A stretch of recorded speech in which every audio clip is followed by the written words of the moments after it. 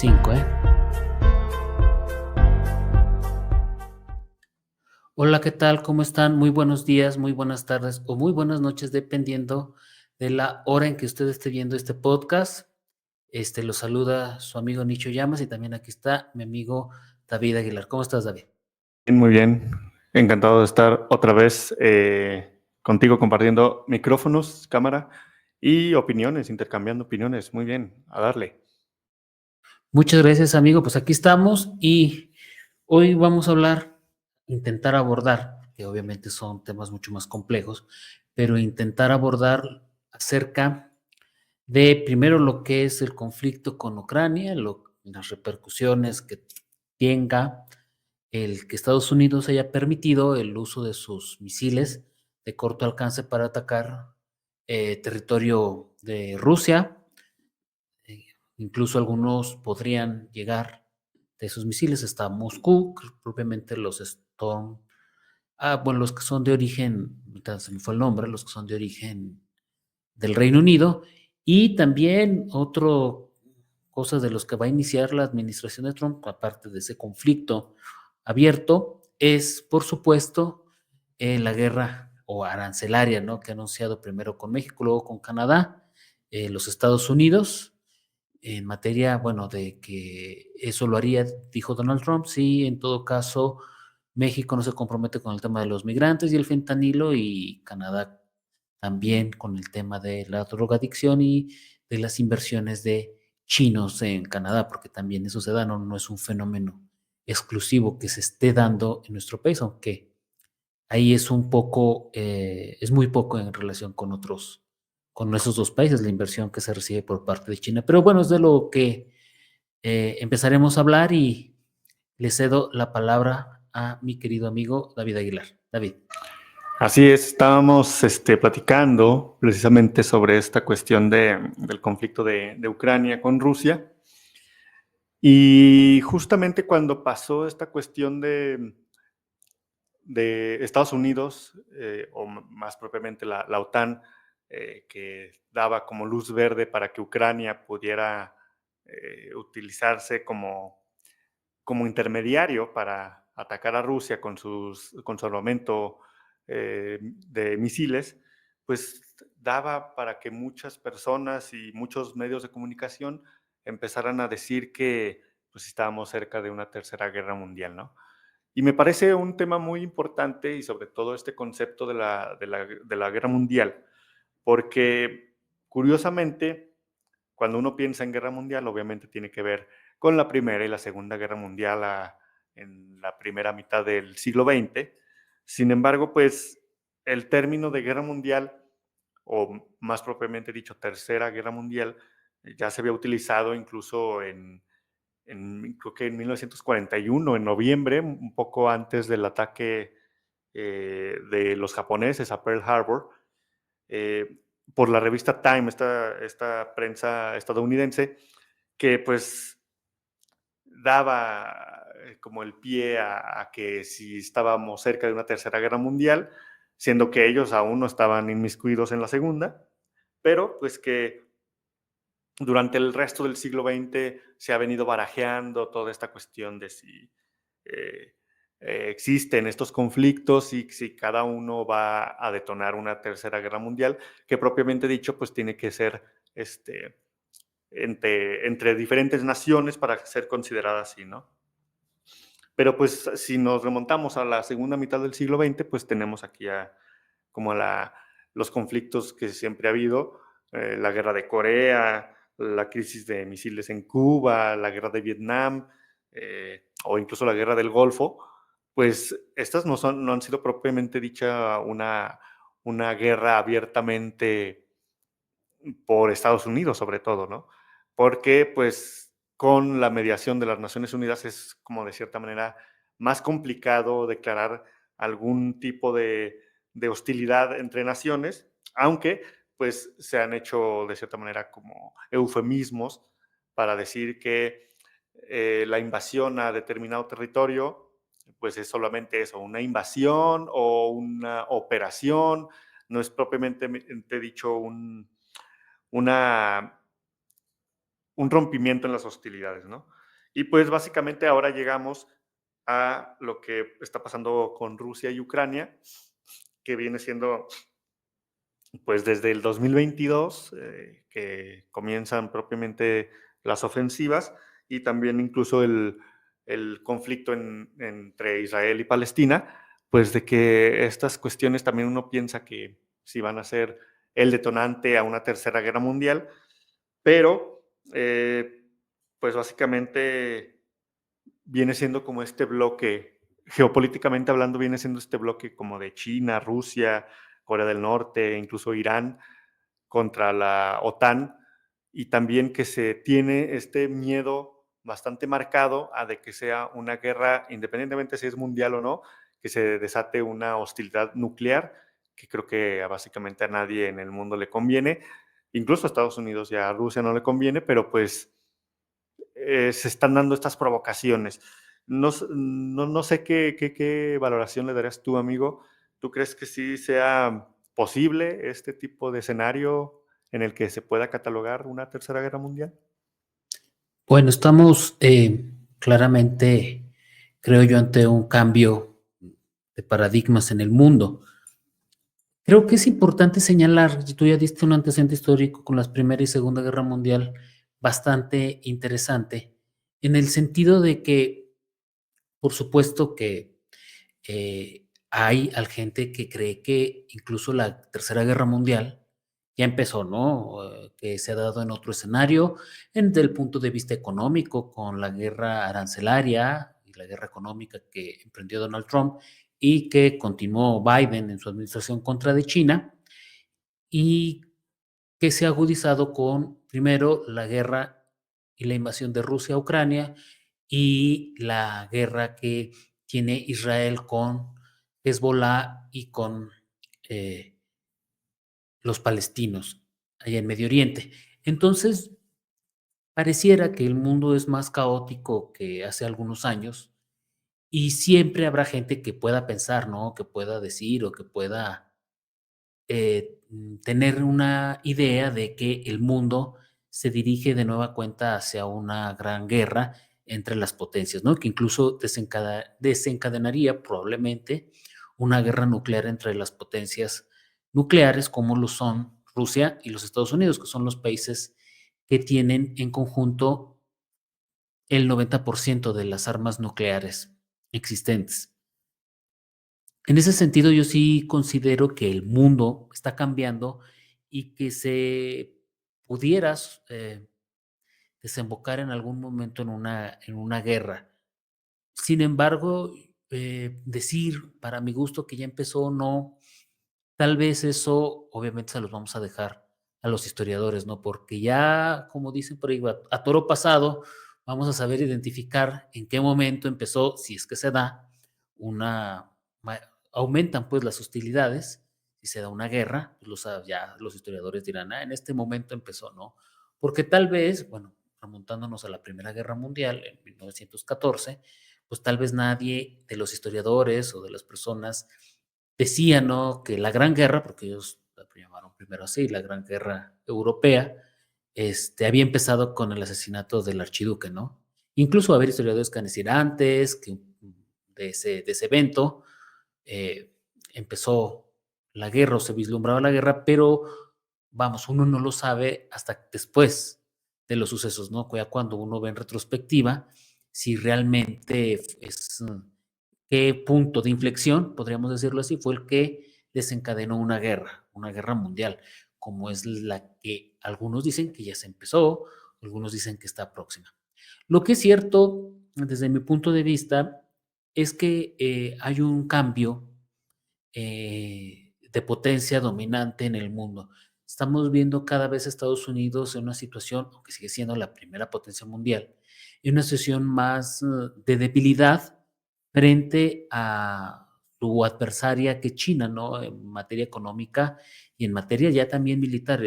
China, no olvidemos, hay datos de que tiene un nivel de marina mucho más potente que el de Estados Unidos. Aún no lo alcanza en portaaviones, pero el despliegue de buques y de barcos de guerra es mucho más amplio y el nivel de construcción en los astilleros chinos es mucho más rápido, acelerado y de buena calidad que el de los Estados Unidos. Incluso hay economistas e historiadores también y politólogos que analizan y creen que hay en en China se está acumulando reservas de petróleo, de gas y de tierras raras, ¿no? Es así que, en ese sentido, pues pareciera que algunas potencias sí tienen en mente el inicio de una guerra, habrá potencias que tal vez piensen que no, pero de que nos acercamos a un cambio global de reglas, y porque ya lo mencioné, hay un cambio de potencia hegemónica, ¿no? Pareciera, estamos asistiendo al declive de los Estados Unidos como potencia hegemónica mundial, que esto ha sido cíclico y a todas las grandes potencias les ha pasado, y el ascenso, ¿no? De China como gran superpotencia. Entonces estamos viendo esas cuestiones y pareciera, ¿no? Que a eso nos dirigimos. Y respecto de la guerra de Ucrania, bueno, es un frente que se abre en el cual Rusia tal vez, desde mi punto de vista, no ha podido avanzar como quisiera, pero tampoco los Estados Unidos y los europeos y sus aliados de la OTAN han logrado frenarlos, ¿no? Es por eso que cada vez hemos enviado que solamente eran municiones al inicio de la guerra, luego, bueno, aviones de guerra, semimodernos, luego tanques y luego misiles, ¿no? Pero bueno, los misiles hasta hace poco pues no se dejaban usar en suelo ruso, ¿no? Simplemente para atacar las posiciones de Rusia dentro de las fronteras de Ucrania. En ese sentido, bueno, el cambio dentro de la administración aún de Biden respecto de que sus misiles de corto alcance no impacten Rusia y que ahora lo puedan hacer, que ese es el cambio, pues yo creo que empantana mucho una situación de posible solución en el cual Ucrania intentará, como es obvio, hacerse de todos los medios posibles para tener una mayor influencia en una posible negociación, ¿no? Pero eso lo empantanaría también porque Rusia es un país, yo creo, o por lo menos Putin va a intentar que salir lo más fortalecido, ¿no? De la guerra, si se acabara en una circunstancia de una mesa de negociación en la cual indudablemente debería estar Estados Unidos, Europa y tal vez China en esa mesa de negociación. Entonces, el destino de Ucrania se puede definir en esa mesa y la idea, yo creo, de John Biden es pues, empantanar a la administración Biden y a Rusia en avances y complicarlo para que Trump lo tenga difícil, ¿no? Difícil el solucionar de manera diplomática. Pero no es la único frente que tiene Estados Unidos abierto. Tiene el frente del Medio Oriente, en donde Israel también se ha visto incapaz de, mm, a pesar del genocidio que existe en esa parte del mundo, se ha visto incapaz de eliminar por completo a, a las milicias palestinas y a Hezbollah en el Líbano. Entonces, es otro frente abierto de Estados Unidos porque claro que a Estados Unidos le interesa tener a Israel porque es su único real aliado en la región. Los demás pueden cambiar de bando en cualquier momento. Arabia Saudita siempre está coqueteando con China y con Rusia, aunque tenga de enemigo Irán y los demás países, por supuesto, ¿no? Aunque Turquía, por ejemplo, que es otro país importante en la región, sea parte de la OTAN, siempre coquetea, ¿no? Con Rusia y con China en los aspectos internacionales. Entonces, el único aliado seguro, que es como si fuera otro estado de los Estados Unidos, pues es Israel y no va a dejar que ni que su gobierno colapse, ni que ese estado desaparezca porque representa un, una porción de tierra casi estadounidense en Medio Oriente que le permite controlar y tener influencia sobre la región de manera muy importante. Tan es así que Israel, de manera anónima, bueno, no anónima, sino de manera discreta, ya todo el mundo lo sabe, pero tiene armas nucleares, ¿no? Que es uno de los pocos países que tiene ese tipo de armas y por ser un país muy pequeño, bueno, pues una gran cantidad de armas, pero obviamente que esto solamente ha sido permitido por las potencias, ¿no? Entonces, Estados Unidos no va a dejar de lado esa alianza y está ese frente abierto, además del de Rusia, que el que tiene hoy los Estados Unidos, pero además de ese, se pueden abrir otros como con China y Taiwán y en otras regiones del mundo que también se antoja que pudiera haber conflictos, como en el Cáucaso, en, en África vemos que hay posibles también conflictos, incluso la salida de franceses y de estadounidenses este año de lo que es ya la región del África subsahariana. Entonces, sí tenemos pues de que ahí se antojan varios frentes y varios problemas y que Estados Unidos no puede meterse, creo que es una gran revelación, a todos esos problemas al mismo tiempo, ¿no? Estados Unidos como potencia en declive, pero como potencia tiene que priorizar, ¿no? En qué gasta sus energías. Y lo que Trump manifiesta, pues es que quiere enfocar sus energías básicamente en China y no en Rusia, ni siquiera tanto en Medio Oriente, ¿no? Sino China es el centro y el foco de atención. Es lo que creo que yo es lo que podemos resumir, ¿no? De esta parte de, de lo que puede venir con la administración de Donald Trump, que insisto, no es China, ¿no? La que es su objetivo, porque obviamente es la competencia, ¿no? Por ser la potencia hegemónica y la que defina, ¿no? Las reglas, porque siempre esa potencia hegemónica es la que define las reglas del juego a nivel internacional. Las reglas con las que vivimos desde 1945 a la fecha son las reglas de los Estados Unidos. Ni siquiera fueron las reglas de la Unión Soviética, que fue la que puso la mayor cantidad de muertos y de recursos para ganar sobre la Alemania nazi, ¿no? Y no fue Estados Unidos el que puso esas reglas. Entonces, como hegemonía occidental, Estados Unidos ha impuesto esas reglas que, se ha, que las ha consolidado desde la caída del muro de Berlín, pero que ya Estados Unidos tiene problemas tanto internos como para proyectar su poder alrededor del mundo, que tiene ahora que elegir qué escenario, qué guerra, sí, qué batallas, pues librar y qué batallas no librar. Sí, bastante interesante esta cuestión porque mencionabas algo muy importante, porque ¿qué se puede catalogar como guerra o guerra mundial, etcétera? Existe esta autora, Mary Kaldor, que es una destacada académica que trata temas sobre seguridad internacional y ella argumenta que, pues, cómo se ha redefinido el concepto de guerra o el mismo conflicto en sí, ¿no?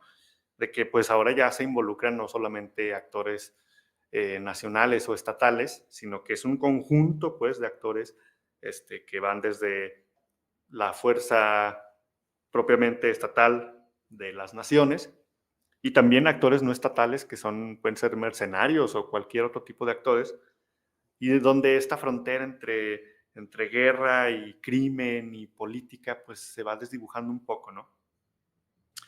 Y pues así como también mencionabas de cómo Estados Unidos pues tiene la hegemonía total, o al menos la ha tenido desde 1945 a la fecha, pues de cómo quedan estas otras naciones, sobre todo Ucrania, para poner un ejemplo, pues como intermediario y cómo esa nación queda entre la espada y la pared, entre dos potencias que viene siendo Estados Unidos y Rusia, ¿no? Y pues probablemente, bueno, es lo que yo creo, es mi interpretación, de que probablemente el conflicto entre Ucrania y Rusia haya servido como un tipo de preámbulo para frenar o debilitar al bloque de BRICS. Sin embargo, pues el conflicto, pues vemos que se ha alargado bastante tiempo y pues de que también más allá o sea, aparte de las pérdidas humanas y de infraestructura y etcétera, pues el verdadero ganador, económicamente hablando, pues es el aparato capitalista estadounidense, ¿no? Porque pues tenemos el complejo militar industrial, de ese que Eisenhower llegó a advertir que llegaría a ser un gran problema si se dejaba florecer y que fuera como de cierta manera el que dictara y designara el rumbo de las naciones. Y también pues el cómo la empresa de energéticos también, que después del conflicto entre Rusia y Ucrania, pues Rusia frena la alimentación de gas hacia Europa y pues Estados Unidos entra al quite, ¿no? Y pues también suponiendo que se terminara de cierta manera este conflicto, también tiene que ver con quién va a reconstruir el territorio ucraniano. Entonces, pues ahí vemos que van muchas cosas de la mano y sobre todo económicamente, cómo se van reconfigurando todo este tablero de ajedrez de la geopolítica. Y tú ya lo mencionabas, amigo, de cómo casi, casi, ¿qué pasaría si Estados Unidos perdiera la hegemonía total? Pues surgirían otras potencias, como tú ya lo decías, está China, está Rusia, pero también, sobre todo en la región de Medio Oriente, cómo se van también a formar otras como Turquía, todas estas cuestiones de que se haría un rompecabezas muy diferente, ¿no? Y pues el desenlace, la verdad, el desenlace nuclear yo creo que es algo que no nadie quiere, incluso las mismas naciones entre Rusia y Estados Unidos. Y esperemos que pues quede, la verdad, entre bravuconadas de boxeador antes de subirse al ring en esta cuestión de los misiles. Pero pues yo creo que sí, básicamente, si pudiéramos hablar de un conflicto, más allá de catalogarlo como una guerra, que obviamente la guerra ya no es lo mismo justo en este momento que hace 60, 70 años, en la que pues soldados en trincheras peleaban en una línea que se le llamaba el frente, pues ahora de cierta manera ya no es lo mismo, sino que pues hay mucha más tecnología, también hay guerras económicas, como lo que decías tú, que básicamente nos deja en el otro tema que teníamos de qué nos espera con este tipo de conflicto económico y estas cuestiones de los aranceles que decide anunciar Trump justo en unos, ¿cómo se llama? A unos días, a unos meses de llegar al poder. ¿Tú qué opinas, amigo, sobre esta cuestión? ¿Estamos en una guerra económica? ¿Estamos ante un bully estadounidense? ¿Qué pasaría en este tema para México? Es que fíjate que, bien dices tú, o sea, las guerras, como, perdón, no tiene el micrófono. Bien decías tú que como las guerras, como en el caso de Rusia y de Ucrania, no solamente se libran en el campo de batalla, pues hombre a hombre, sino que también en el plano económico. Tú ya decías que empezó la invasión de Rusia a Ucrania y termina por ejemplo, cortarse los vínculos económicos entre Occidente, particularmente entre Europa y Rusia termina encontrando salida principalmente en China y la India, que es a donde ahora la mayor parte de sus energéticos y de los productos que produce se van, ¿no? Y en menor medida otras naciones del BRICS o del sur global, ¿no? Que es lo que ahora mencionan mucho los historiadores y analistas geopolíticos. Entonces, claramente, sí tenemos un aspecto económico. Entonces nosotros platicábamos y comentábamos de que, bueno, no solamente ahora con Trump, pues él tiene una guerra en Ucrania que se empantana o que se intenta empantanar por parte de la administración de Biden en que sea algo más intrincado de lo que es para que no se solucione de manera tan favorable a Rusia, pero bueno, eso se verá después, sino también el conflicto, otra guerra en Israel y Palestina y Líbano, que pudiera en algún momento escalar, como también hubo momentos de tensión que tal vez si no iniciaba la tercera guerra entre Rusia y en Europa, pues bueno, estaba Medio Oriente entre Irán e Israel, porque claro, a Rusia y a China les interesa mucho que Irán esté con vida, pues siga siendo una nación fuerte, porque representa un contrapeso a los intereses de Estados Unidos, ¿no? En la región. Entonces, pareciera que hay 4 países, y diciéndolo bien, que se han aliado, entre ellos Rusia, China, Corea del Norte e Irán, que tienen un enemigo común que es Estados Unidos, ¿no? Y pareciera que esa alianza, pues, si Israel atacara a Irán, bueno, tal vez pudieran entrar a brindar su apoyo, aunque fuera tal vez no tan abierto, pero como siempre las potencias lo hacen veladamente, su apoyo a Irán, y entonces por ahí detonara una guerra mundial, ¿no? Pero no solamente ha sido eso, no están esas guerras ahí que son de tensión y que pueden desencadenar incluso una guerra nuclear, aunque fuera regional, porque Israel tiene armas nucleares e Irán está por conseguirlas, o algunos dicen que ya las tiene. Entonces, es una cuestión un poco ahí delicada. Pero no solamente es con lo que Trump se enfrenta, él abre otro frente que para mí es la guerra comercial, primero con China, pero luego México, que en teoría se debería de beneficiar por esa guerra comercial, por tener un tratado de libre comercio con los Estados Unidos y luego por estar cerca, ¿no? De los Estados Unidos, ser vecino. Y ese beneficio, bueno, lo hemos visto como en nearshoring, que empresas estadounidenses preferentemente, que producían en China, bueno, por la guerra comercial, por que sus productos están allá, vinieran, ¿no? A México a sentarse para tener una cadena de suministro ya en América del Norte. Pero pareciera que el gobierno de Donald Trump está más interesado en que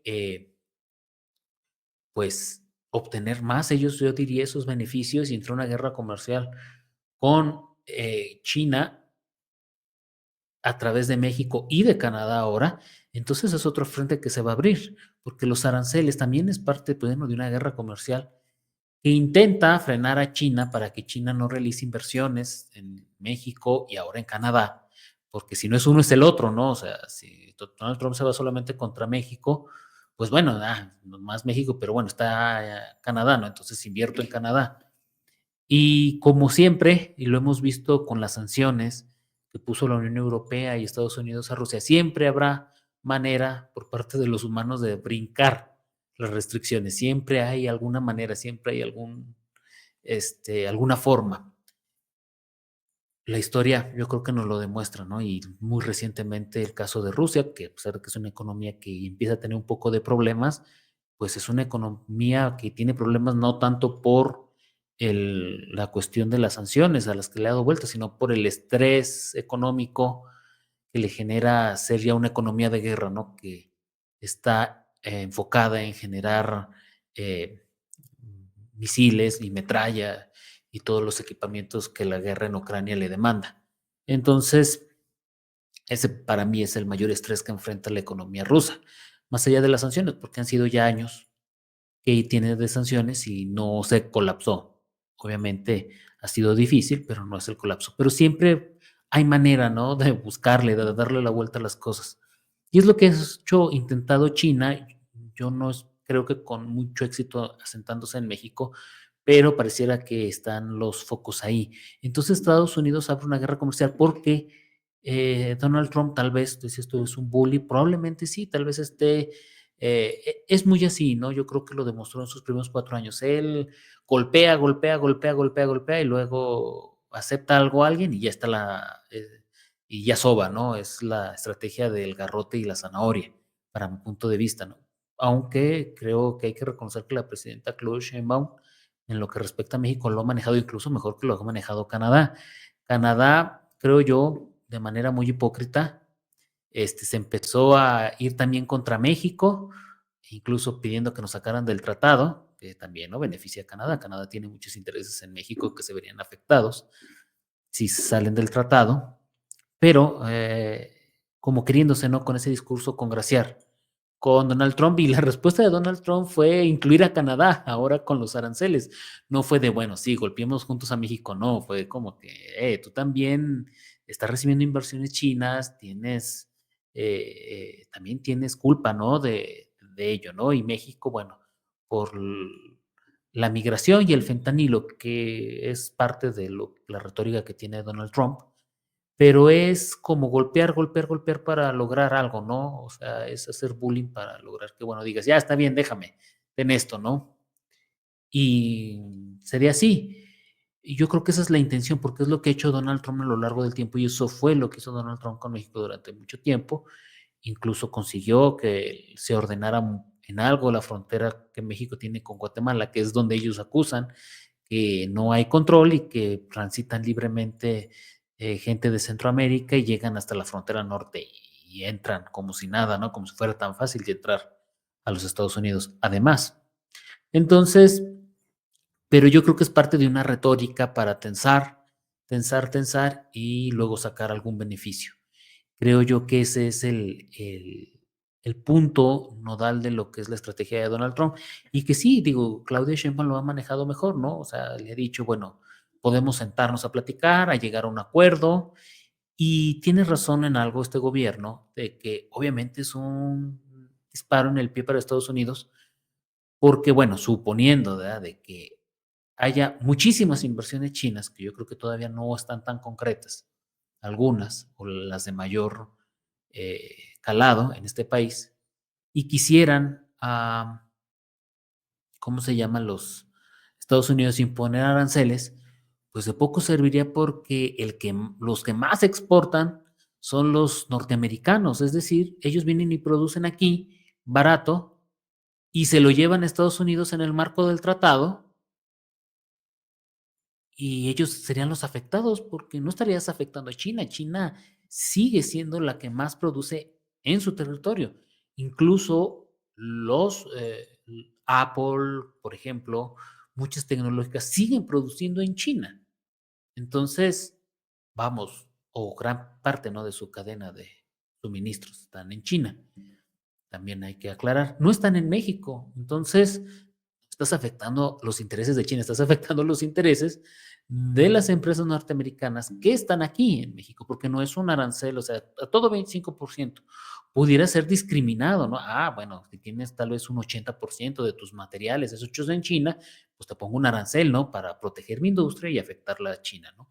Pero no es eso lo que plantea Estados Unidos, sino un arancel discriminado, pero creo yo que es en relación a que es tensar las relaciones, amenazar duro para obtener un beneficio.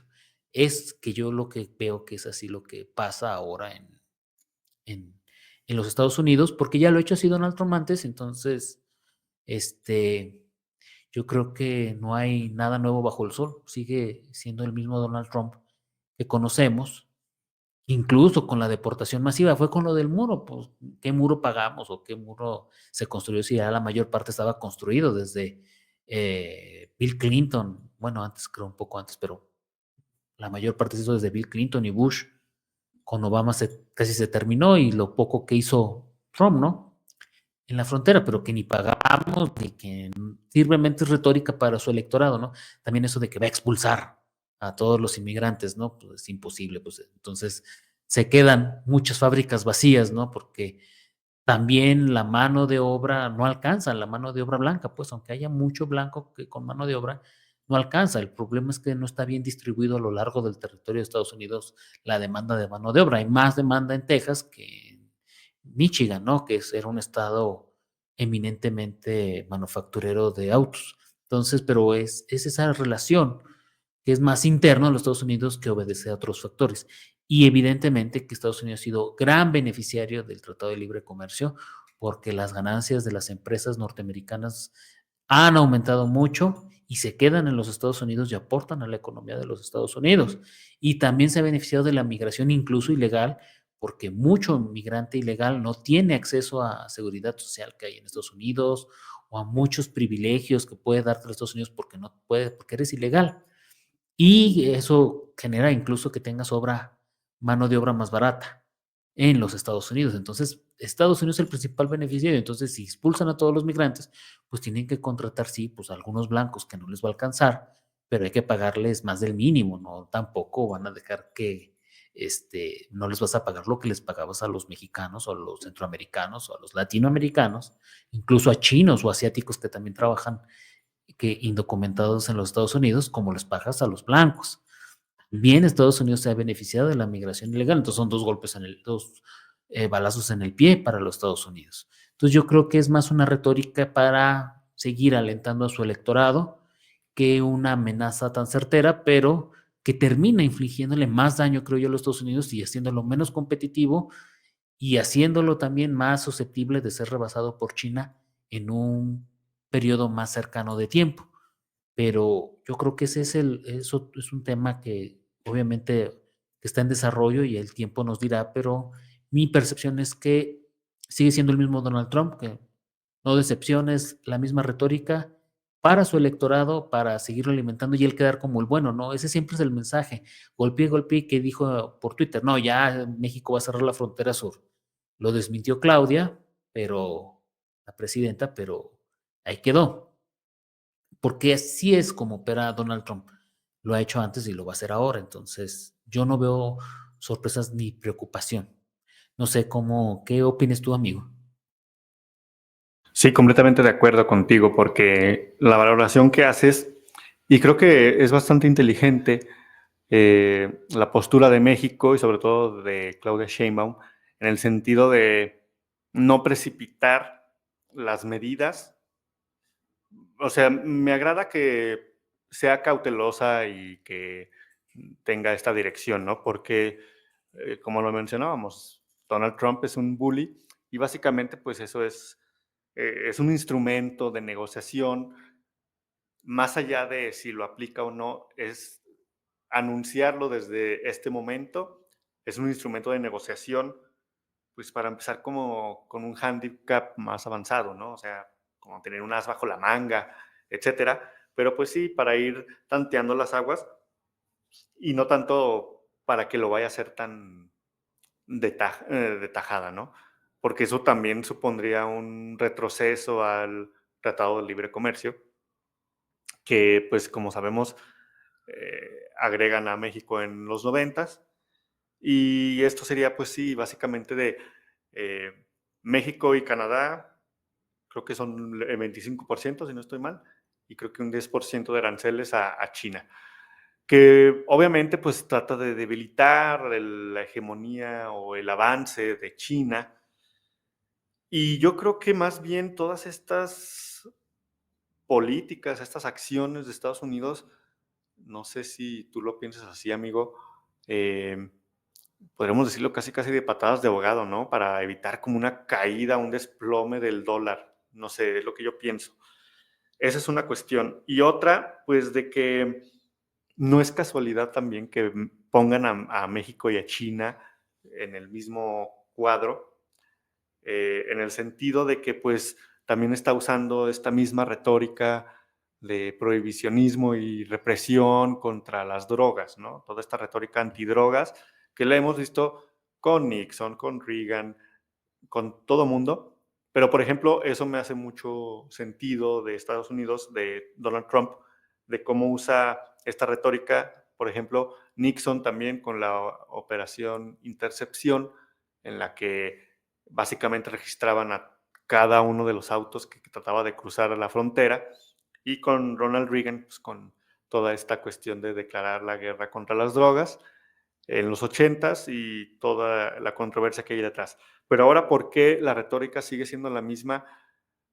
Porque obviamente todo esto es un negocio, es un capitalismo que se alimenta de la narrativa antidrogas, pero que sin embargo sigue nutriendo toda esta industria, tanto del narcotráfico como del tráfico de armas y de la industria militar, pero también como ahora la narrativa es México y China, porque en la narrativa oficial se nos dice que todos los precursores químicos del fentanilo vienen y proceden de China o de Asia, llegan a México por el Pacífico, aquí se procesa y sube el fentanilo a Estados Unidos.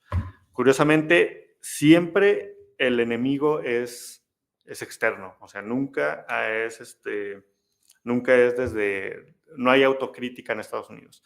Entonces, curiosamente, el fentanilo es una sustancia que pareciera que no existía antes del 2018. Eh, Pareciera que esta sustancia, y como siempre lo han tenido de, ahora sí que satanizar, siempre pareciera que en cada década hay una nueva droga que prohibir.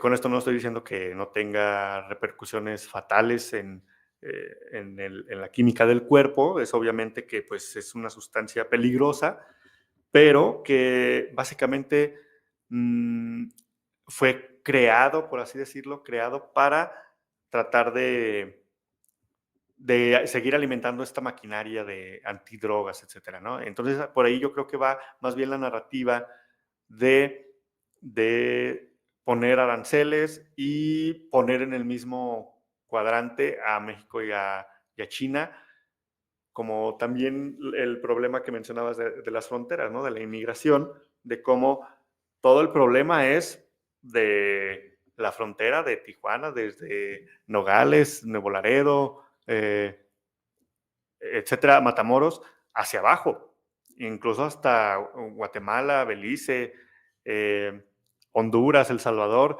todo lo que está hacia abajo de Estados Unidos son los culpables. Y esa es una cuestión pues bastante peligrosa porque sigue alimentando esta cuestión que creo que sí nos deja como Ucrania, ¿no? Entre la espada y la pared, de que tenemos que seguir luchando y teniendo esta guerra contra el narcotráfico, que la inmigración también es un problema para ellos.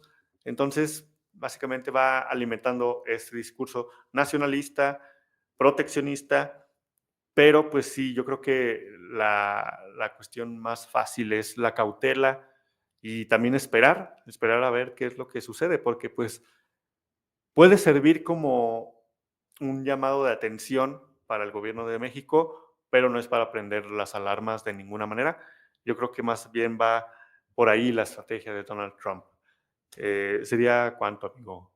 No sé si tengas algo más que decir. Sí, claro, yo coincido contigo, ¿no? O sea, hay que poner atención, claro, son cosas que hay que atender, no hay que dejarlas como el gobierno, ¿no? No las puede dejar en saco roto, tiene que, ¿cómo se llama?, atenderlas, pero no creo que sea la gran amenaza, ¿no? Pero tienes razón, o sea, siempre el malo es externo, ¿no? Estados Unidos, sus gobiernos, pues sí hay gente en los Estados Unidos muy pensante, creo que sus gobiernos son los que intentan, ¿no? Siempre minimizar y repartir culpas a los demás y no ver las propias, ¿no? Porque pues, evidentemente, bueno, no son los mexicanos los que en todo el territorio de los Estados Unidos distribuyen la droga, ¿no? Obviamente hay autoridades corruptas, gringas, involucradas de la DEA, de las policías, de donde gusten y quieran. Entonces, bueno, ¿qué está haciendo Estados Unidos para detener a los cárteles gringos dentro de los Estados Unidos? Nada, o muy poco, o es una simulación, porque es un buen negocio también para ellos, ¿no? Ellos lavan los dólares no solamente de los, ¿cómo se llama?, de los consumidores, sino también de los cárteles latinoamericanos, ¿no? Que ingresan y que tienen allá y reportan allá gran parte de sus ganancias. Entonces, es un negocio, ¿no? Entonces, mientras siga siendo negocio, pues bueno, tal vez algunos miembros de los gobiernos pues, serán hipócritas en su lucha contra las drogas, pero cada vez hay drogas más, ¿no? Más fuertes y más dañinas. Y habrá que esperar, ¿no? El mundo, pareciera que el mundo está en llamas, ¿no? Porque le heredan un conflicto a Donald Trump, es cierto, el de Ucrania, hay otro conflicto en Medio Oriente, China también puede iniciar un conflicto con Taiwán. Cada vez se ve un poco como más cerca esa ambición de Taiwán, perdón, de China de anexionarse a Taiwán y son muchos frentes abiertos para los Estados Unidos, que yo creo que Donald Trump prefiere cerrarlos, pero abre otros también en materia económica o que puede abrirlos con México y Canadá para intentar debilitar a China, pero yo creo que debilitaría más a los Estados Unidos que a la propia China. Y agradecemos, la verdad se nos acabó el tiempo, pero les agradecemos mucho que hayan escuchado este podcast, esta emisión más. Les pedimos que si les gusta se suscriban, dejen sus comentarios, lo compartan, que eso ayuda mucho para seguir llegando a todos ustedes. ¿Algo más que quieras decir, amigo? Nada, solamente agradecer el espacio, como siempre. Son temas que nos interesan en lo particular, esperamos que ustedes también. Y además de que son temas pues bastante de moda, solo damos nuestra opinión aquí, recuérdenlo. Si quieren, si les gusta lo que hacemos, si les gusta el contenido, no olviden darle like, suscribirse y comentar también sus opiniones acá abajo para poder tener alguna conversación. Y también si gustan que abordemos algún otro tipo de tema, estamos a la orden. Claro que sí. Muchas gracias, amigo. Gracias a todos ustedes, que tengan un excelente día, tarde o noche. Hasta pronto.